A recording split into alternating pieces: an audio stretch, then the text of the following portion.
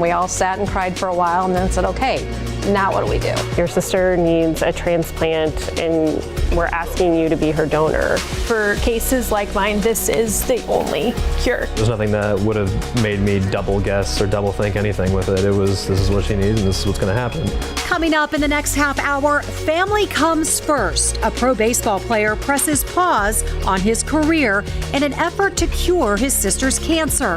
See their love in the face of leukemia, plus the promise and progress of Gee Whiz science. Today, patients who had absolutely no chance 5-10 years ago of being cured are being cured. Human cells tailored to target cancer, delivered overnight.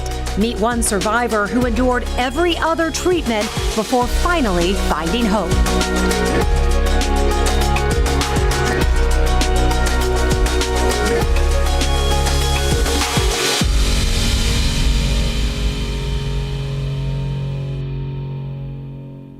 Welcome to Choices, Hope, and Science. We are coming to you from the Dolph C. Simons Jr. Family Broadcast Studio here at the University of Kansas Health System. I am your host, Jessica Lovell.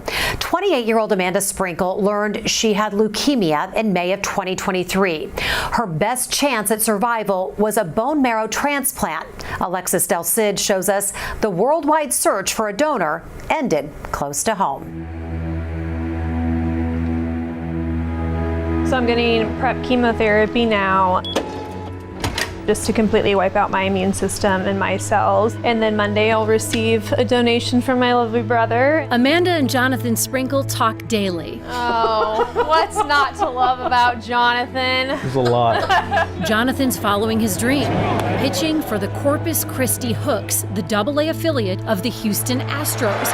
But he'll miss crucial playing time in order to donate. It doesn't matter. I mean, it doesn't, in the grand scheme of things, like, this is for her, and family is always first, and that's always something that we've said to each other. And Mom and Dad know they've raised caring kids. Oh yeah, we have always been a very tight-knit crew. They also know Amanda's treatment is a marathon, not a sprint. Where you feel like you can't go another step, you can't cry another tear, you're gonna have to go one more step. Amanda is not the family's first cancer patient or even the youngest. Jacob was diagnosed with lymphoma when he was 11. So he went through treatment over at Children's Mercy from 11 to 14, and he's been in remission now for about 6 years. Amanda and Jacob inherited a genetic mutation, making them more likely to get cancer. My mother actually passed away from leukemia. Her brother passed away from lymphoma. And so it's in my family. And Jonathan's only able to donate because testing proved he didn't share the gene. You're gonna take a real quick listen to your heart and lungs here, okay? Jonathan's pre-op checks are all good. Thanks, guys. Thank you. Thank you guys for In the operating room, a bone marrow transplant team collects his marrow. These cells will automatically find their way into her bone marrow, and then in 3 to 4 weeks, they'll start making normal blood, normal immune cells, normal platelets. From Jonathan's pelvic bone, into syringes, into a bag, and then off to cell processing. While Jonathan recovers, every last drop there. Medical lab scientists filter the marrow and count the cells. Then a machine takes 1 liter of Jonathan's donation and pulls out just 105 milliliters of stem cells. The treatment then heads straight to Amanda's room. Congrats on getting those cells. Thank you so much. Best of luck to you. For the Sprinkles, this is a moment of celebration and prayer. The infusion begins just as Jonathan and Amanda hug. Hey guys. He'll need a week to rest before playing baseball again. She needs 100 days of constant supervision.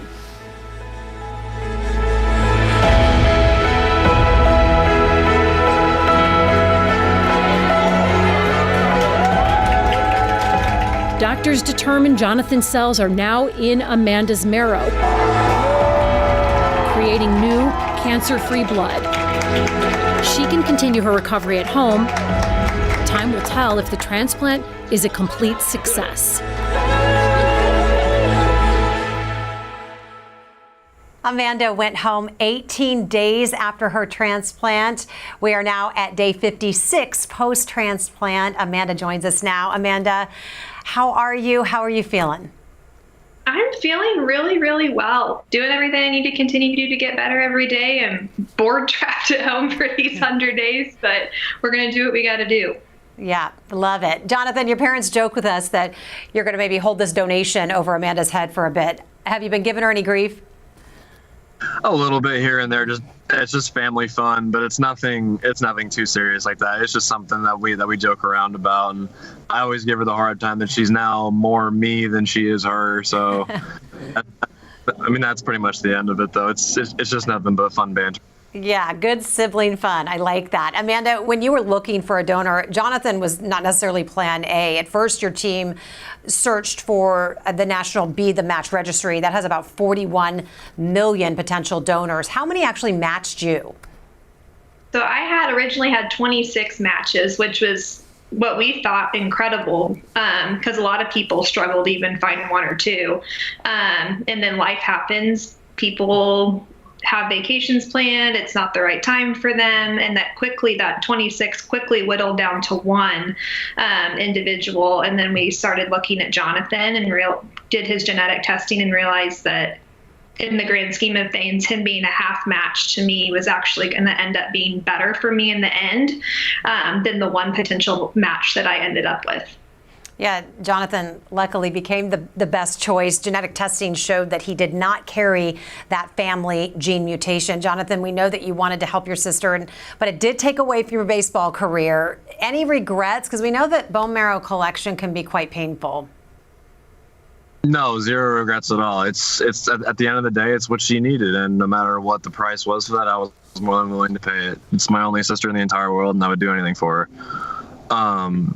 Baseball's fun. I mean, it's obviously we're all chasing a dream, but when it comes down to, the black and white of life and just her being who she is and how much she means to me, it's a no-brainer. We can feel the family love just watching the photos and hearing your story. So it's so fantastic. Okay, what is this photo about? I must ask. So that was where they pulled my bone marrow out, and it was just funny because me and Amanda are just notoriously known for taking really bad, funny pictures together. And as soon as I was kind of hobbling around the room, and then she made some joke about me hobbling, and then we just kind of took a picture in the moment. It just was what it was. So I have a question for both of you. Jonathan, you can answer this one first. When your little brother Jacob had cancer, was there anything that you learned from that experience that was helping you now? That experience kind of taught me to grow up, because that was most of my high school career. Understanding how to balance life, understanding how to, get your own responsibilities in and get a lot of things done, because the family is going to be, more focused on him and the things that he needs, and rightfully so. But, going in the hospital with him and talking with him and trying to keep him positive and upright every day. Definitely taught me some life lessons and challenges. Amanda, same question. How did Jacob kind of help pave the way for your experience? As weird as it sounds, it prepared us in a way for this experience. He was diagnosed the week I moved away to college. So, it really forced us to learn how to communicate better as a family and learn to give and when things are needed and when to take and when just to be a family and when it's okay. That it's okay to cry together and be together. And it made, as sad of a situation as it was, it made us even closer as a family in the beginning, and then having to go through it yet again. I don't think we could get any closer as a family unit if we tried anymore. It's done nothing but bring people together. We can see it and feel it. Joining us now is Dr. Joseph McGurk, Medical Director of Blood and Marrow Transplantation here at the University of Kansas Cancer Center, and of course one of Amanda's doctors. We're also joined by Jody Wilson, Amanda's pre-transplant coordinator. Welcome to both of you. Dr. McGurk, Amanda's story captures one of the amazing developments in bone marrow transplants. Instead of searching for a donor who was a full match, she was able to turn to her brother even though he was only a half match. How is that even possible? What does this mean for patients? It's been a remarkable advance and extremely important for improving access to transplant. for many patients like Amanda, the only potential curative therapy out there. If you're Caucasian of Western European descent, your chance of having a match in the registry is about 75%, and indeed Amanda had donors that were identified, but that didn't work out, even in that situation. Yet for other populations, Hispanic Americans, Native Americans, African Americans, the chances of having a match in the registry are much less. When I started out in the field, that was the only avenue, unrelated donor transplant or a sibling who happened to be a perfect match. We tried doing mismatched transplants in the mid-90s, and it didn't work out well for patients. And then we came to a better understanding of how the immune system works and how we could modulate that and get these donor grafts to grow in our patients without causing terrible complications such as graft versus host disease. And so those advances have opened up the field remarkably to all people in need of a transplant with outcomes that are very similar to a perfect match. Jody, you're a transplant coordinator, a nurse who really helps to guide patients and their families through a transplant. I want to listen into what Amanda's mom, Laura, talked about regarding that role. The level of detail and attention they have to put it in. They're very good at it. They're wonderful. And you know, when you hit something, you're like, I don't know what I'm going to do with this. They're like, oh, we got it. Okay, great. You know, you take care of that. So they just, if it's ever a question, they just take care of it. Yeah, we've got that. Kind of sounds almost like a personal assistant of sorts. Kind of help us understand exactly what you're doing for patients and families. Well, all of us are nurses, and so we have just an extensive background in different areas, and we bring to the table just our ability to kind of navigate the whole system, which is massive in a system like this, and then also be able to pull in the National Marrow Donor Program and the coordinators there, and be able to walk patients and their families through all these trials. We get to educate them from the day they almost walk in the door with leukemia, explain what it is the process is going to look like, and then we're able to just really walk hand in hand with them and share in these joyful moments when we get to find donors, when we get to announce that their siblings are going to be the donor for them. But then also cry with them when things don't work out and really help them kind of navigate the hard stuff too. So you're like an unexpected friend through this entire process, and I'm certainly answering a lot of questions along the way. Dr. McGurk, recovering from a bone marrow transplant, we know takes time. When do you think Amanda can leave the house and maybe get back to work? You know, pretty soon she'll be able to leave the house and go for a walk in a park. She's almost 2 months now out. We don't want her in crowded areas with lots of people. With regard to going back to work, she's a nurse, so she helps others. That's her career. And we're looking at probably 6 months from the time of transplant to allow. She looks great. She's feeling great. All of her numbers are good. But when we look very closely, her immune system still has a long way to go in terms of its maturation. And a simple cold virus could be a real threat to her and land her in the hospital in a hurry. Yeah, after all this, we want to take no chances. Absolutely correct. Jody, transplant recipients like Amanda, again, they've got to have a caretaker with them at all times, really around the clock, 100 days. Tell us a little bit about that burden and what kind of resources are out there to help out these families. Wow, it's hard on families. Even like Amanda's family has such depth of just family structure. Her mom, her dad, her brothers, her significant other. I mean, other family would have stepped in, I'm sure. And so she has just levels of caretakers that could have done it for her. And not every family has that. And so we do have to reach into some other areas and find the resources for that. But there are not, I just don't have a ready-made caretaker or caregiver for people, and that's really hard. We've got some patients and families that literally have nobody at all, and we still have to try our hardest, and we search high and low for caregivers for them to try to make this work for them. Amanda, Jonathan, we're going to get back with you here in a few moments, but sometimes a bone marrow or blood stem cell transplant doesn't work, but science has a solution. CAR T cell therapy is one of the new frontiers of cancer treatment. It is a form of immunotherapy proving particularly effective against blood cancers. One woman's lymphoma kept coming back even after chemotherapy and a stem cell transplant. That is when Dr. McGurk offered a clinical trial perfect for her. My cards and I have a really good relationship. I'm going to do a magical star. Okay. So here we go. I do lean more towards the metaphysical and the power of attraction. 64-year-old Katie Kopp loves to help others heal and find their way. To me, with the light, you're holding on to your heart. Then she was diagnosed with non-Hodgkin's B-cell lymphoma. When they told me, I was, okay, what's next? Let's get rid of it. I have things to do, you know? But as we know, cancer isn't quite that simple. I decided that I can heal myself. I'm not going to sit idly by and let the medical community heal me, which is really ironic because that's exactly what happened. Enter Dr. Joseph McGurk. Hello. He is one of the world's leading experts in blood cancers and cellular therapies.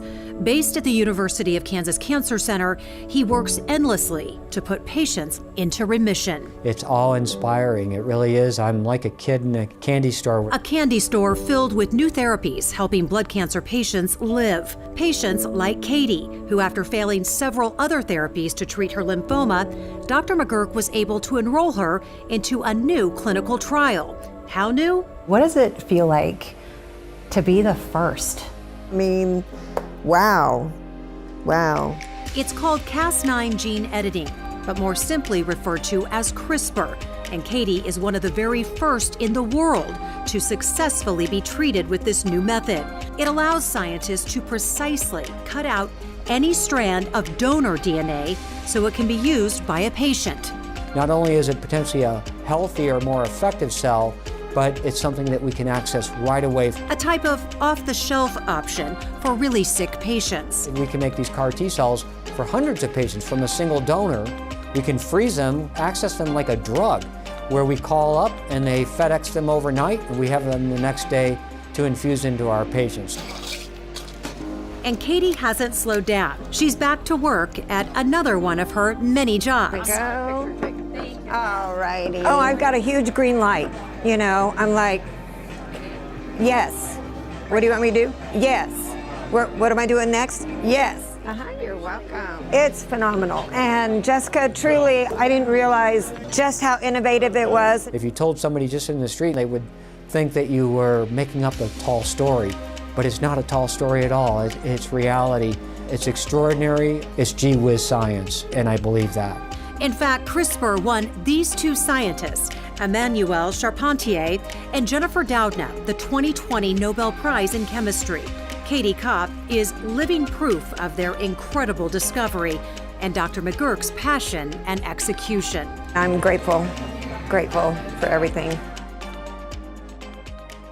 We have a surprise for Dr. McGurk, and that is that Katie wanted to join us in person today to say hi to you. What's it like being back together? Hey. Hey, it's so good to see you. It's so good to see you. How was Paris? It was wonderful. It was great. The most wonderful part of the whole thing was telling the world about your story.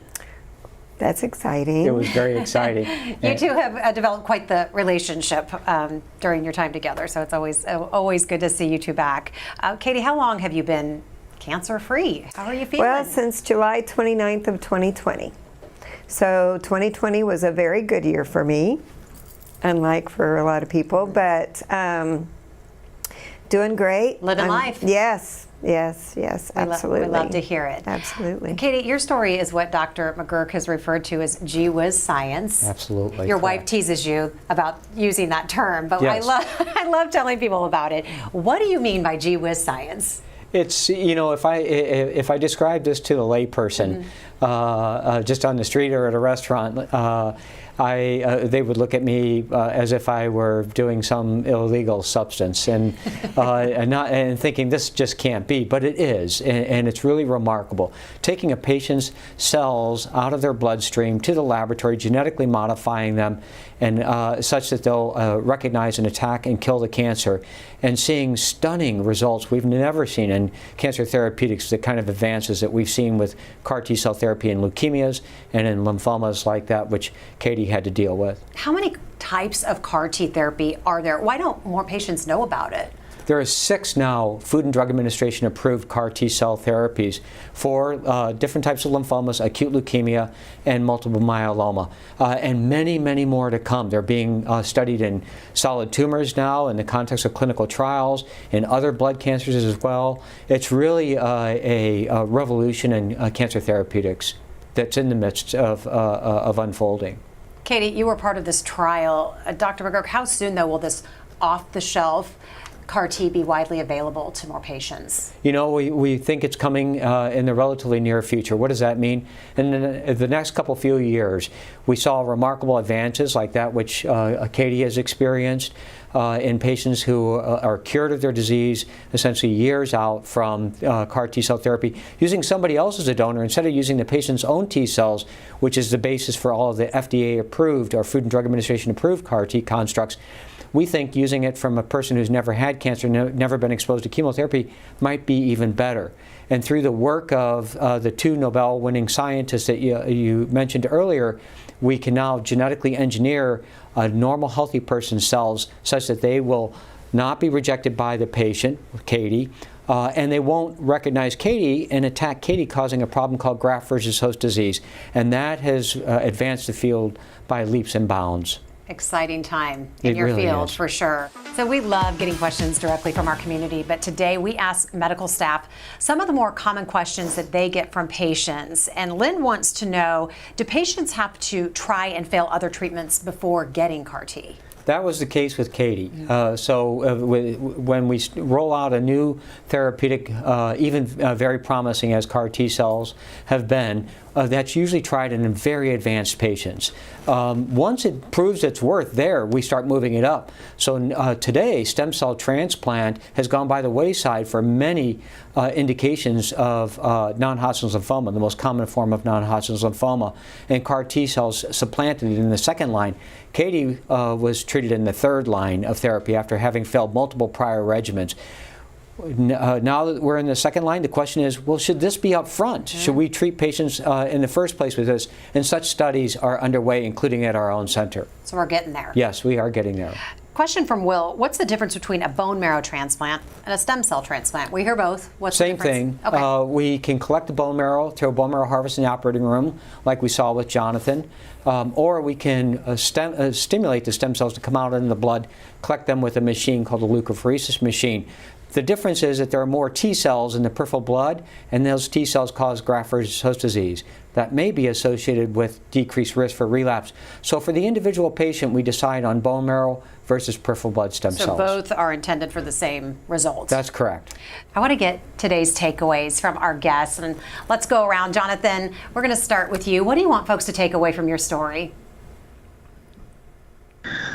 Just to understand that if you want to put yourself in the system and if you want to be a bone marrow donor, to when the call comes, go through with what you originally stated. I mean, go through with what you wanted to do originally, and that was to donate. If somebody calls and somebody really needs you and you have the chance to save a life, use the opportunity and do what you say you were going to do. Don't do it to make you feel good in the moment.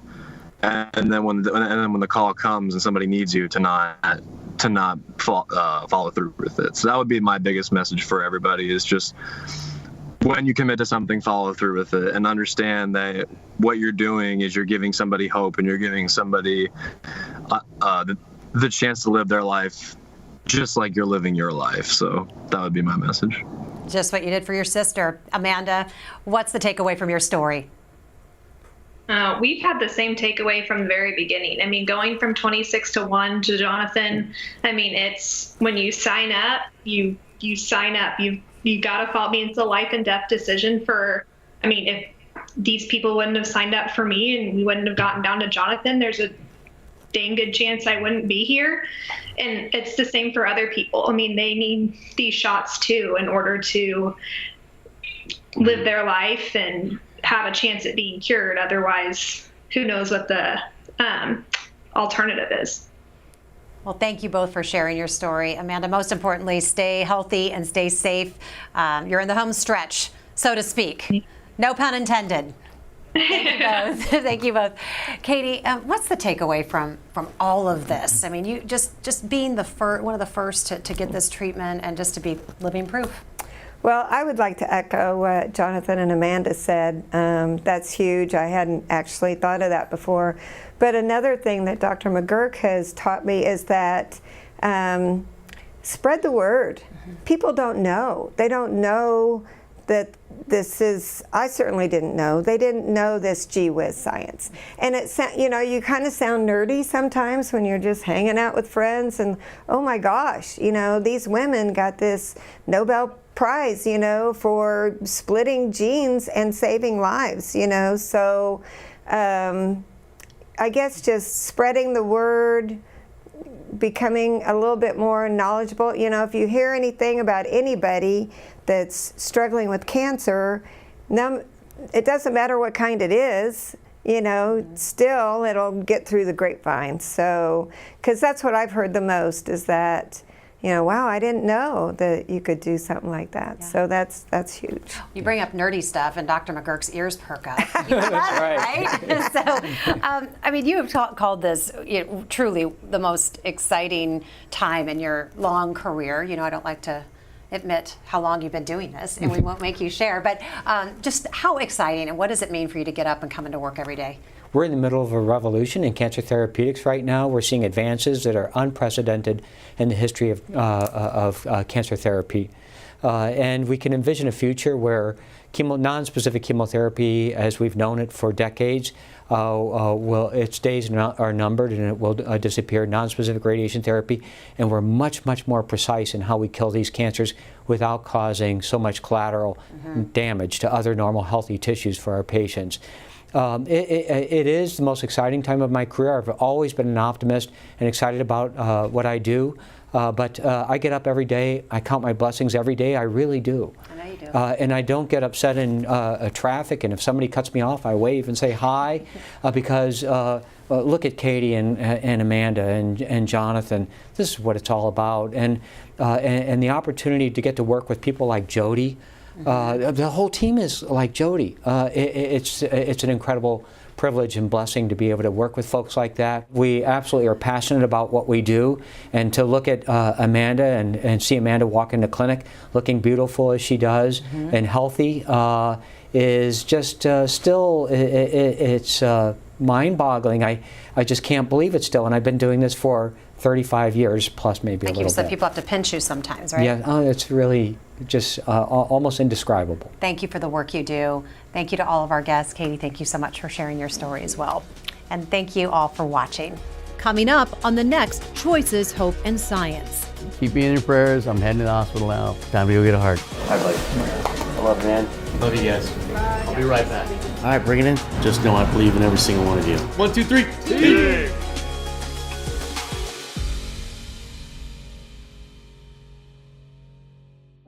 A cancer diagnosis can leave you feeling stunned and overwhelmed. But at the University of Kansas Cancer Center, you don't have to navigate your cancer journey alone. From initial diagnosis until your treatment plan is established, our nurse navigators are there every step of the way. For information on our Nurse Navigator program, please call 913-588-3671.